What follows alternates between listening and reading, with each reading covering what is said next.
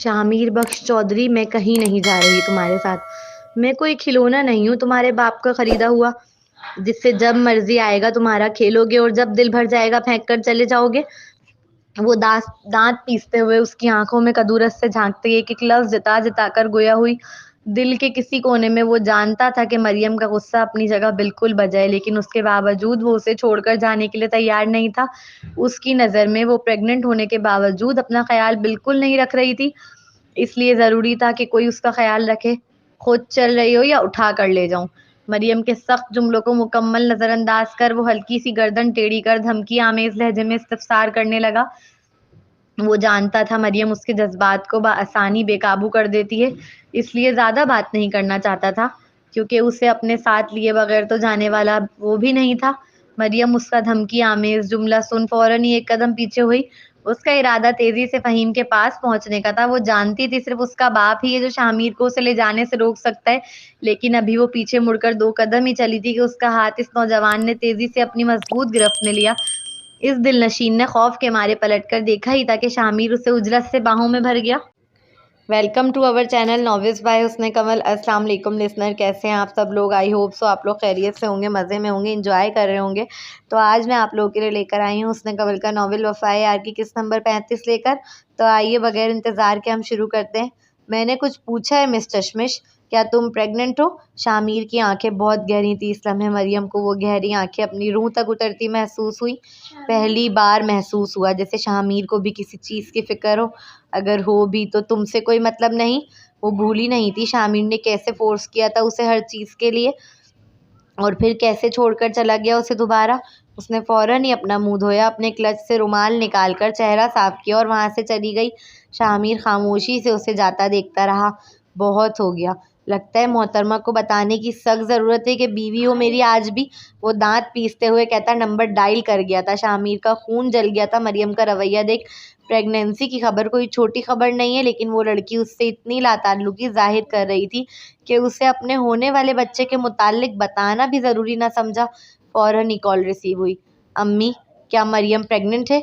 दूसरी जानिब शमीम बेगम खासा हैरान हुई, चूँकि उन्हें इस मुताल्लिक कुछ भी इल्म नहीं था। मुझे नहीं पता बेटा, मेरी मरियम से कोई बात नहीं हुई है काफ़ी दिनों से।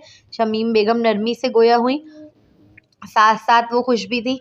अम्मी, शायद आप भूल रही हैं मैं आपका इकलौता बेटा हूँ और वो मेरी बीवी है। आप कैसे उसके मामले में इतनी लापरवाह हो सकती हैं? मैं उसे आपकी जिम्मेदारी पर छोड़कर आया था। मैंने आपसे कहा भी था जाते वक्त कि मरियम का ख्याल रखिएगा। वो जैसे बरहम हुआ। बेटा, मैं उसका ख्याल रख रही थी, लेकिन वो अपने बाप के साथ शहर जाना चाहती थी, इसलिए मैंने जाने दिया। शहर जाने के बाद उसने मुझे कभी कॉल ही नहीं की। मैं क्या कर सकती हूँ इस हवाले से? शमीम बेगम ने खुद को बेबस जाहिर किया। अम्मी, मेरी बीवी प्रेग्नेंट है और मैं चाहता हूँ उसका ख्याल रखे मेरी माँ। इतनी उम्मीद तो रख सकता हूँ ना मैं अपनी माँ से कि वो मेरे पीछे मेरी बीवी का ख्याल रख ले। शामिर का लहजा बहुत सख्त था, इस कदर सख्त कि शमीम बेगम का दिल दुखा। बेटा, मैंने मरियम के साथ कभी कोई बुरा रवैया नहीं रखा। जैसे और सासें रखती हैं तुम ऐसे क्यों बात कर रहे हो मुझसे? उनके जुमले सुन शामिर को महसूस हुआ कि वो मरियम का गुस्सा उन पर उतार रहे। उसने फ़ौरन ही आंखें मींची और उल्टे हाथ से पेशानी मसली। अम्मी, उसे अपने साथ ले जाएं यहाँ से। मुझे नहीं लगता वो अपना ठीक तरह ख्याल रख रही है। मैं कल ही आ रही हूँ शहर, उसे अपने साथ ही ले जाऊंगी वापस। जब तक बच्चा नहीं पैदा हो जाता वो मेरे साथ ही रहेगी। तुम फिक्र नहीं करो, तुम्हारी माँ है तुम्हारे पीछे, तुम्हारी बीवी बच्चे का ख्याल रखने के लिए। तुम बस दिल लगा के पढ़ाई करो। मैं तुम्हें बहुत बड़ा वकील बनते देखना चाहती हूँ बेटा। उन्होंने बड़ी मोहब्बत से उसे अपने एतमाद में लिया था, तब जाके शामिर का दिल थोड़ा सुकून में आया। अगला सीन, आमन मुसलसल काम में लगा हुआ था। माना बारात में सिर्फ 3 लोग ही आए थे, शहरोज, उसकी वालदा और उसका भाई, लेकिन उसके बावजूद आमन ने अपनी गली के तमाम लोगों को अपनी बहन की बारात में मदऊ किया था। जोनी स्टेज के पास खड़े उसे देख ही रही थी। उसने आज पहली बार सफ़ेद कुर्ता पहना था जोनी की फरमाइश पर, और वो सफ़ेद कुर्ता उसकी गोरी रंगत पर कैसा जच रहा था ये बात कोई जोनी के दिल से पूछे। इसकी कदो कामत के सबब वो पूरी महफिल में अलग ही नुमाया था। हर कोई यही कहता सुनाई दे रहा था कि दुल्हन का भाई कितना खूबसूरत है। आमन को जोनी और आफिया दोनों की सेफ्टी बहुत प्यारी थी, इसलिए उसने बहुत सारे गार्ड्स दरवाजे पर ही खड़े कर दिए थे और वो महफिल भी जल्द से जल्द ख़त्म करना चाहता था। बारात के आते ही उसने खाना खुलवा दिया था। जू, यहाँ क्यों खड़ी हो? खाना खाओ चलो। इतनी जिम्मेदारियों के बावजूद भी वो अपनी बीवी को खाना खिलाने खुद आया था। मैं तुम्हारे साथ ही खाऊंगी बाद में।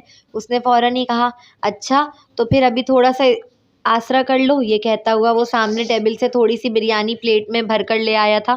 कपड़े चेंज मत करना, मैं घर जाके आराम से देखूंगा। उसके कान में आहिस्तगी से सरगोशी करता उसे खाने के लिए बिठाकर आगे बढ़ गया, जबकि जोनी उसके जो मायने जुमले सुन मुकम्मल सुख पड़ चुकी थी। शहरोज और आफिया के लिए खाना स्टेज पर ही लगा दिया गया था। मरियम आफिया को खाना खिला रही थी, जबकि शामिर शहरोज को। मरियम आप भी खा लो ना हमारे साथ ही। आफिया देख चुकी थी मरियम ने तो अपनी प्लेट में कुछ निकाला ही नहीं है। आफिया के कहते ही शामिर का मजीद खून जला। वो लड़की कुछ नहीं खा रही थी, जबकि वो प्रेग्नेंट थी। ऐसे भूखा रहकर ख्याल रखने वाली थी वो अपने और अपने बच्चे का। ये सोच शामिर फौरन ही उसके प्लेट खानों से भरने लगा।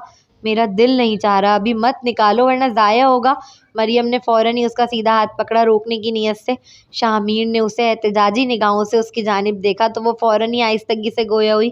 खाना खाना तो दूर की बात, उसका जी तो सिर्फ खुशबू से ही मतली होने लगा था। ऐसे में वो खाना कैसे खा लेती। क्या हुआ भाभी, खैरियत? शहरोज मरियम की जानिब देख फिक्रमंद लहजे में पूछने लगा। वो अभी मरियम कहती उससे पहले ही शामिर तेजी से गोया हुआ। हाँ सब खैरियत है, बस तुम चाचा बनने वाले हो। वाकई शहरोज तो बहुत खुश हुआ था ये खबर सुन, मगर मरियम, वो शामिर को उलझ कर देखने लगी। अभी तो उसने कोई टेस्ट भी नहीं कराया था, फिर शामिर इतने मुतमईन और 100% लहजे में कैसे बता सकता था सबको। बहुत बहुत मुबारक हो भाई। शहरोज गले मिलने लगा खुशी के मारे, मगर शामिर की आंखों में वो खुशी नहीं थी। वो सिर्फ मरियम को देख रहा था जो नजर चुरा गई थी। फोटोग्राफर की किसी तरह अमन को पकड़कर जोनी के करीब खड़ा करने में कामयाब हो ही गया था। जोनी काले रंग की फ्रॉक में कयामत ढाती मालूम हो रही थी। उसके माथे पर चमकने वाली लाल बिंदिया उसके हुस्न को मजीद दुबाला करती मालूम हुई। फोटोग्राफर ने जब दोनों को एक दूसरे की आंखों में देखने का कहा तो वह हसीन नौजवान इन बिलोरी आंखों को बड़ी हसरत और मोहब्बत से तकने लगा। उनमें हसरत थी, हाँ आज भी उनमें हसरत थी, जैसे मिल के भी ना मिली हो उसे ऐसी दीवानगी। क्या? ऐसे मत देखो, मैं नर्वस हो रही हूँ। अमन को महसूस ही नहीं हुआ कि उसकी आंखें किस कदर मोहब्बत बरसाने लगी थी कि जोनी को अपना आप जलता मालूम हुआ। अमन फक्त मुस्कुरा दिया था जवाब में। वो मुस्कुराहट बहुत खूबसूरत थी। साथ चलो मेरे। विदाई के वक्त जब शहरोज और आफिया बानो के साथ जाने लगे तो शामिर ने मरियम का फौरन ही हाथ पकड़ लिया और अपने साथ चलने का हुक्म सादिर किया। नहीं, मैं अपने वालिद के साथ आई हूँ और उन्हीं के साथ वापस जाऊंगी। वो तेजी से अपना हाथ उसके हाथ से झटके से छुड़ाती उसकी आंखों में देख दांत पीसते हुए मगर आहिस्तगी से गोया हुई ताकि कोई सुन न ले। मैं तुमसे पूछ नहीं रहा, मैं तुम्हें बता रहा हूँ कि तुम मेरे साथ ही चल रही हो। इस नौजवान के सर्द मेहरी से कहते ही मरियम का पारा हाई हुआ। शामिर बख्श चौधरी, मैं कहीं नहीं जा रही तुम्हारे साथ। मैं कोई खिलौना नहीं हूँ तुम्हारे बाप का खरीदा हुआ, जिससे जब मर्जी आएगा तुम्हारा खेलोगे और जब दिल भर जाएगा फेंक कर चले जाओगे। वो दांत पीसते हुए उसकी आंखों में कदूरत से झांकते एक एक लफ्ज जता जता कर गोया हुई। वो नहीं जाने वाली थी उसके साथ, हरगिज नहीं। दिल के किसी कोने में वो जानता था कि मरियम का गुस्सा अपनी जगह बिल्कुल बजाए, लेकिन उसके बावजूद वो उसे छोड़कर जाने के लिए तैयार नहीं था। उसकी नज़र में वो प्रेग्नेंट होने के बावजूद अपना ख्याल बिल्कुल नहीं रख रही थी, इसलिए ज़रूरी था कि कोई उसका ख्याल रखे। फ़हीम से उसे कोई उम्मीद नहीं थी, और रही जोनी, वो तो खुद बच्ची थी, वो कैसे उसका ख्याल रख सकती थी। खुद चल रही हो या उठा कर ले जाऊं? मरियम के सख्त जुमलों को मुकम्मल नज़रअंदाज कर वो हल्की सी गर्दन टेढ़ी कर धमकी आमेज लहजे में इस्तफसार करने लगा। वो जानता था मरियम उसके जज्बात को बासानी बेकाबू कर देती है, इसलिए ज़्यादा बात नहीं करना चाहता था, क्योंकि उसे अपने साथ लिए बगैर तो जाने वाला वो भी नहीं था। मरियम उसका धमकी आमेज जुमला सुन फौरन ही एक कदम पीछे हुई। उसका इरादा तेजी से फ़हीम के पास पहुंचने का था। वो जानती थी सिर्फ उसका बाप ही है जो शामिर को ऐसे ले जाने से रोक सकता है, लेकिन अभी वो पीछे मुड़कर 2 कदम ही चली थी कि उसका हाथ इस नौजवान ने तेजी से अपनी मजबूत गिरफ्त में लिया। इस दिलनशील ने खौफ के मारे पलट कर देखा ही था कि शामिर उसे उजलत से बाहों में भर गया। इस लड़की की आंखें हैरत से फैली थी, चूंकि इर्द गिर्द लोग थे जिनकी इस लड़के को जरा परवाह न थी। मरियम, जोनी ने जैसे ही ये मंजर देखा फौरन ही अपनी बहन को बचाने के लिए तेजी से आगे बढ़ी, मगर अगले ही पल उसका हाथ गिरफ्त में था। जाने दो इन्हें, मियाँ बीवी हैं वो हसीन नौजवान उसके वजूद को खुद से लगाता नरमी से समझाने वाले अंदाज में गोया हुआ। जोनी की बिलोरी खूबसूरत आंखों में फौरन ही गुस्सा दर आया। वो शख्स किसी सूरत उसकी बहन के काबिल नहीं था। मियाँ बीवी, वो किसी खिलौने की तरह इस्तेमाल करता है मेरी बहन को। जब दिल में आता है उठा ले जाता है, जब दिल भर जाता है फेंक जाता है। क्या तुम नहीं जानते? जोनी भपर कर बोली। जू, उसे ले जाने दो, मैं इस वक्त ताल्लुकात नहीं बिगाड़ सकता अपने उससे। उसके जुमले ने जोनी को शदीद हैरान किया। क्या मतलब है इस बात का? उसे शायद खुद भी इल्म नहीं था कि किस कदर एहतजाज व एतराज़ दर आया था उसकी आवाज़ में। ज़ुनेशा बख्श, हमारी ज़िंदगी मुश्किलात से भरी हुई है। माना मैं तुम्हें नहीं बता रहा, मगर इतना अंदाज़ा तो तुम्हें भी हो चुका होगा कि हम आम मियाँ बीवी की तरह नहीं रह पा रहे अभी तक। ऐसे में शामिर से लड़ने का मतलब समझती हो? वो मामले की नज़ाकत को समझाने की सही कर रहा था। शामिर से लड़ना उसे किसी सूरत कोई फ़ायदा नहीं देने वाला था। शामिर चाहता तो तूफ़ान ले आता उसकी ज़िंदगी में, क्योंकि ना सिर्फ वो आफ़िया को ज़िंदा देख चुका था, बल्कि ज़ोनी के शहर में छुपकर पढ़ने और उनके निकाह से भी आशना था।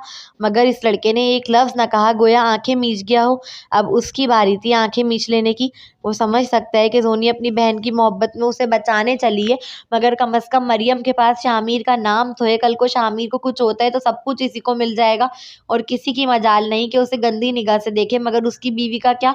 उसके पास नाम नहीं, लोग उसे कनीज़ समझते हैं। हाल तो ये कि उसकी मौजूदगी में भी उसकी बीवी की इज्जत महफूज नहीं है। यही सबब था कि पढ़ने के बहाने उसे हवेली से दूर भेज दिया, सारे भेड़ियों की पहुंच से दूर, क्योंकि वो नहीं चाहता था कि किसी दिन घर से बाहर जाए और वापसी पर अपनी बीवी को आफिया जैसी हालत में पाए।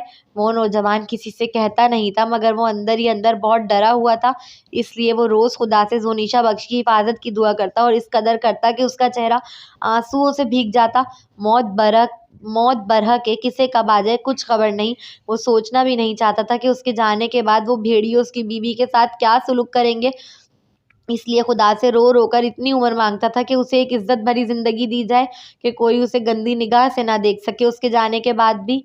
नहीं, मैं सिर्फ इतना समझती हूँ कि मैं अपनी बहन को दोबारा तकलीफ नहीं पहुंचाने दूंगी इस शामिर बख्श चौधरी को। जोनी की आंखों में ज्वालामुखी फूट पड़ी थी। उसने देखा था कैसे उसकी बहन रोजाना रातों में उठ उठ कर रोती है, कैसे वो शर्मिंदा होती है जब कोई उसके शौहर के मुताल्लिक पूछता है, कैसे वो शादीशुदा औरत होने के बावजूद बेवा जैसी बेरंग जिंदगी गुजारती है, कैसे वो अपनी सारी तकालीफ अपनी मुस्कुराहट में छुपा कर रखती है। वो जोनी थी, शेरनी। वो अपनी पर आ जाए तो किसी की नहीं सुनती। अभी शामिर ने मरियम को गाड़ी की बैक सीट पर बिठाकर डोर क्लोज किया ही था कि उसके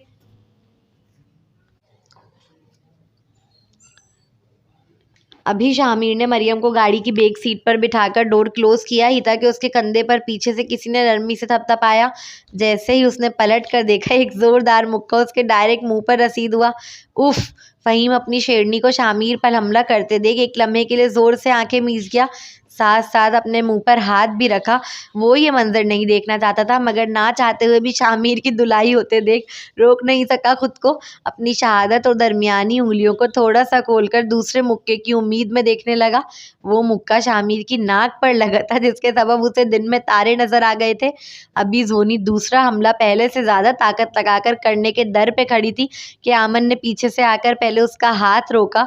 वो मुड़ी तो उस शैतान की नानी को एहतजाज करने का मौका दिए बगैर वो झुककर भूरी की तरह कंधे पर लाद चुका था।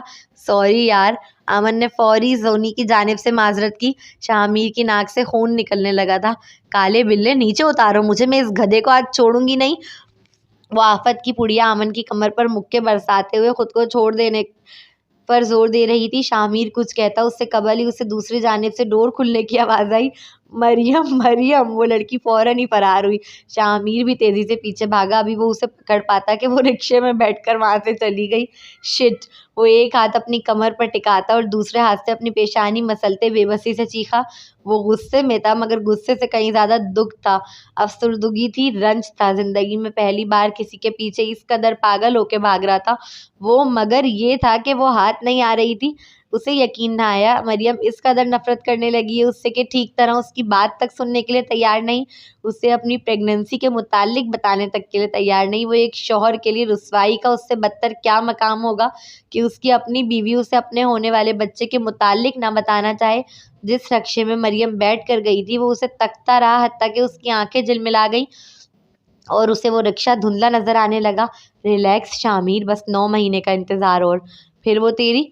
अपने दोनों हाथों से आंखों को रगड़ते वो खुद ही को हौसला देने लगा। अगला सीन। मरियम आज यूं ही नहीं गई थी। डर जो था शामिर का, पेट दर्द का बहाना बनाकर वो बिस्तर ही लेटी रही। अभी वो अपना सेल कंबल के अंदर चला ही रही थी कि उसे अपनी मुलाजिमा की आवाज़ आई। मैम, आपकी सास आई हैं। बस इतना सुनना था कि वो सेल पटक कर कंबल से मुंह निकाल कर सीधी होकर बैठी। शमीम बेगम कमरे के अंदर मुस्कुराती हुई दाखिल हुई थी। उन्हें देख जैसे मरियम की सांस अटकी हो।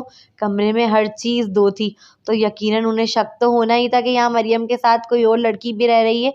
ये ख्याल आते ही उसे जोनी की फिक्र लाक हुई। वो तो अच्छा था कि वो यूं ही गई हुई थी इस वक्त, और आने में अभी पूरा 1 घंटा बाकी था।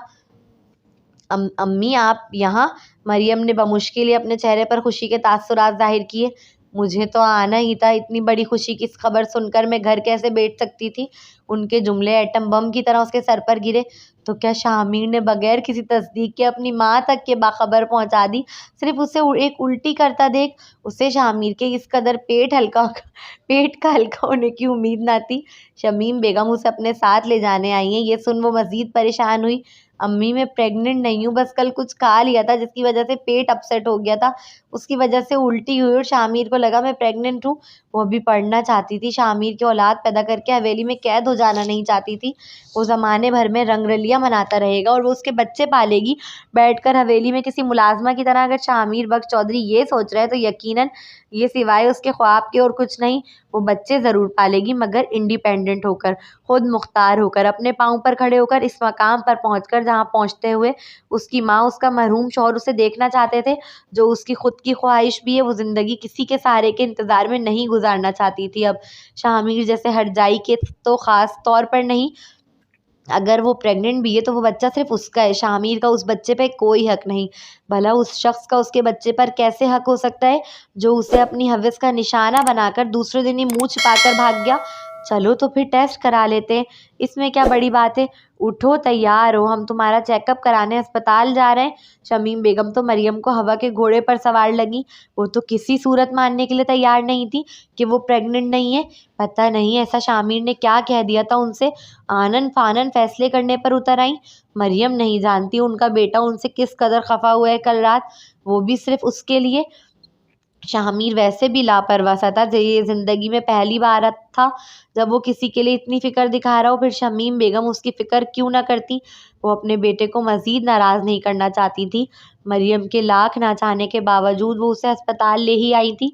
मरियम दिल ही दिल में दुआ करती रही कि टेस्ट की रिपोर्ट पॉजिटिव ना आए, मगर किस्मत को शायद कुछ और ही मंजूर था।